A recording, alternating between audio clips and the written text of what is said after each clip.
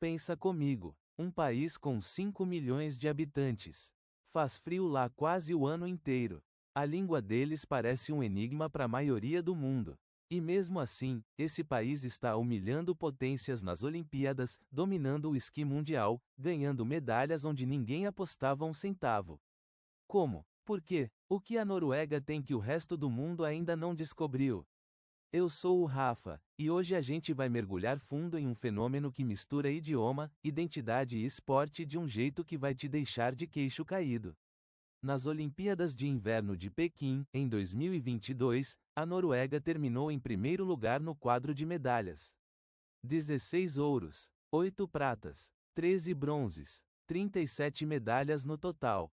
Para ter noção, os Estados Unidos, com uma população 60 vezes maior, ficaram em quinto lugar. A China, país sede, terminou em quarto. A Noruega, com a população de um estado médio brasileiro, dominou o mundo. E olha o detalhe que quase ninguém conta: quando os atletas noruegueses chegaram à Vila Olímpica em Pequim, eles entraram cantando em norueguês, gritando os seus termos de guerra, carregando a sua língua como se fosse um escudo, ou como a garra de um dragão. Isso não é coincidência. É cultura. É identidade. É um sistema inteiro que começa muito antes da largada, muito antes da pista, muito antes do pódio. E o idioma está no centro de tudo isso. Fica comigo, porque o que eu vou te mostrar agora vai mudar completamente a forma como você enxerga esporte, língua e poder cultural. Aqui começa a parte que a maioria das pessoas nunca para pensar. A língua não é só um meio de comunicação. Ela é uma arma, uma armadura, uma forma de criar mundos. No esporte norueguês, o idioma funciona como uma cola invisível que une os atletas em algo muito maior do que uma equipe. Quando a treinadora Merit Breivik comandava a seleção feminina de handebol da Noruega, o time que virou uma das maiores dinastias do esporte mundial, ela não gritava táticas técnicas na beira da quadra. Ela gritava frases em norueguês que carregavam séculos de cultura. Stapa, que em português seria algo como, mantém firme. Não para, virou um mantra de guerra. Não porque é uma frase especialmente bonita, mas porque em norueguês, aquela frase tem um peso que nenhuma tradução consegue carregar com a mesma intensidade. É o tipo de coisa que faz arrepiar, e arrepiar faz você correr mais rápido. E não para aí. O norueguês tem uma palavra que virou símbolo cultural global, friluftsliv. Tenta falar, friluftsliv. Ela não tem tradução exata em português. O mais próximo seria, vida ao ar livre, mas vai muito além disso. É uma filosofia inteira de existir em harmonia com a natureza.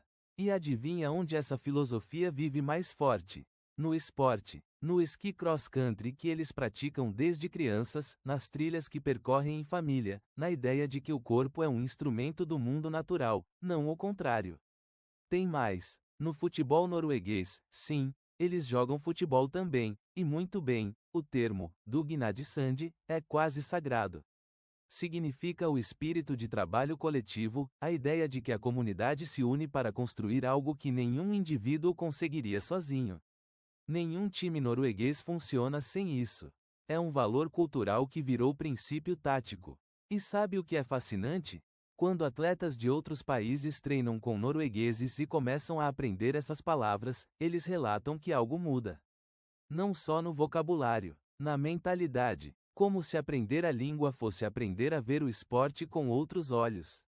A língua norueguesa não é só um idioma. Ela é um sistema operacional cultural. E os atletas da Noruega rodam esse sistema com maestria. Tem uma cena que me marcou muito quando eu estava pesquisando esse vídeo. É uma foto de 1888. Um grupo de noruegueses num vale coberto de neve, com esquis artesanais nos pés, olhando para a câmera com aquele semblante sério de quem não está posando, está simplesmente vivendo. Isso não era competição, era existência. 130 e poucos anos depois, os descendentes culturais dessas pessoas estão subindo no pódio olímpico com lágrimas nos olhos. E a pergunta que precisa ser feita é: o que exatamente mudou? E o que permaneceu igual? O esqui cross-country norueguês, Langrenn, na língua deles, não nasceu numa academia de elite. Não foi inventado por um técnico com PhD em biomecânica. Nasceu porque o inverno norueguês é duro. Porque a neve cobre tudo por meses. Porque ou você aprende a se mover sobre ela, ou você morre. É uma modalidade que carrega sobrevivência no DNA. E quando você compete carregando sobrevivência no DNA, você compete de um jeito diferente de quem compete só por medalha. Merit Bjørgen, a maior esquiadora de todos os tempos em número de medalhas olímpicas no esqui nórdico, cresceu numa fazenda no interior da Noruega. Ela conta que aprendeu a esquiar antes de aprender a andar de bicicleta. Não porque os pais a forçaram, mas porque na região dela, esquiar era a forma mais natural de se mover no inverno. A modalidade não era um esporte para ela, era um idioma corporal. E quando ela chegou às Olimpíadas, ela simplesmente falava essa língua melhor do que qualquer outra pessoa no planeta. Agora pensa no handebol. A Noruega tem uma das seleções femininas mais dominantes da história. 8 títulos mundiais, múltiplos ouros olímpicos. E se você perguntar a qualquer jogador o que torna esse time diferente, elas não vão falar de treino físico. Elas vão falar de samhold, coesão, de ydmykhet, humildade, de valores que são noruegueses antes de serem esportivos.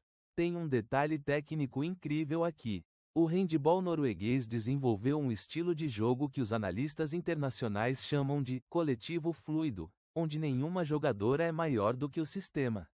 Isso não é tática, é filosofia. É Dugnadsand em ação dentro de uma quadra. E sabe o que mais? Quando a Noruega precisou reconstruir seu time de handebol masculino nos anos 2000, que estava em crise, eles foram buscar inspiração no time feminino. Não nos técnicos, na cultura, nos valores, na língua que o time feminino usava para se comunicar e se unir. Resultado: o time masculino voltou a competir em alto nível e hoje disputa os principais torneios mundiais. Isso é o que eu chamo de esporte cultural. Não é o esporte que usa a cultura como enfeite. É o esporte que nasce da cultura, que respira cultura, que vence porque a cultura está nos músculos, na cabeça e na boca, na língua que você fala quando você está no limite.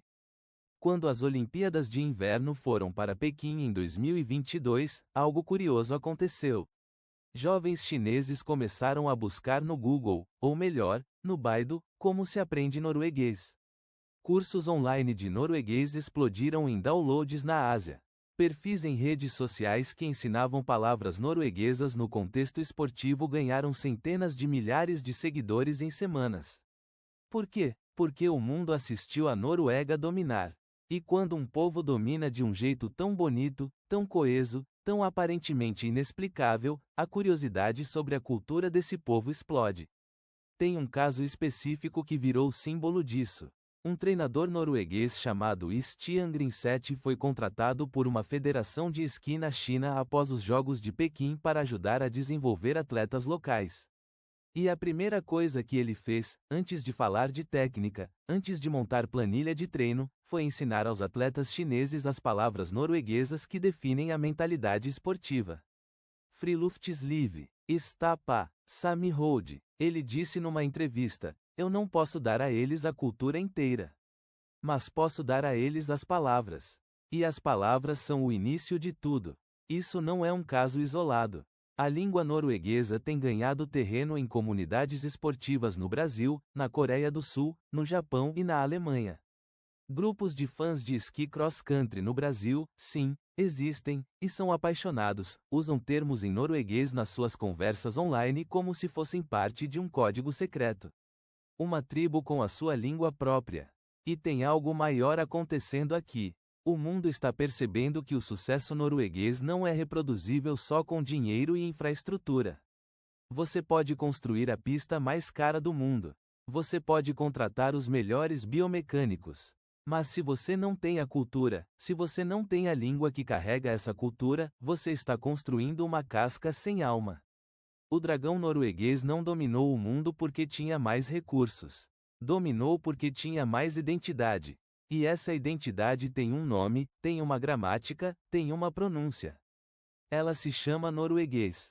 Então agora você sabe, por trás de cada medalha norueguesa, tem uma língua. Por trás de cada grito de guerra na quadra, tem uma cultura.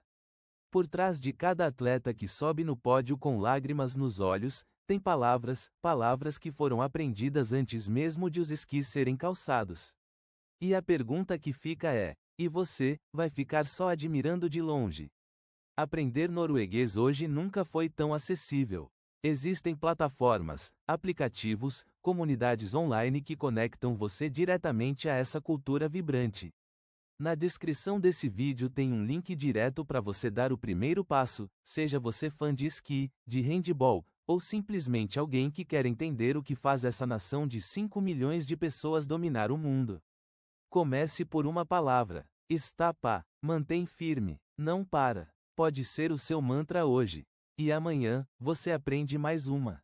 Se esse vídeo acendeu em você a chama pelo universo norueguês, deixa o like agora, se inscreve no canal e comenta aqui embaixo, qual aspecto da cultura norueguesa mais te surpreendeu. E se você quer aprender as primeiras palavras do idioma campeão, acessa o link na descrição, sua jornada começa hoje. Dragão Noruega.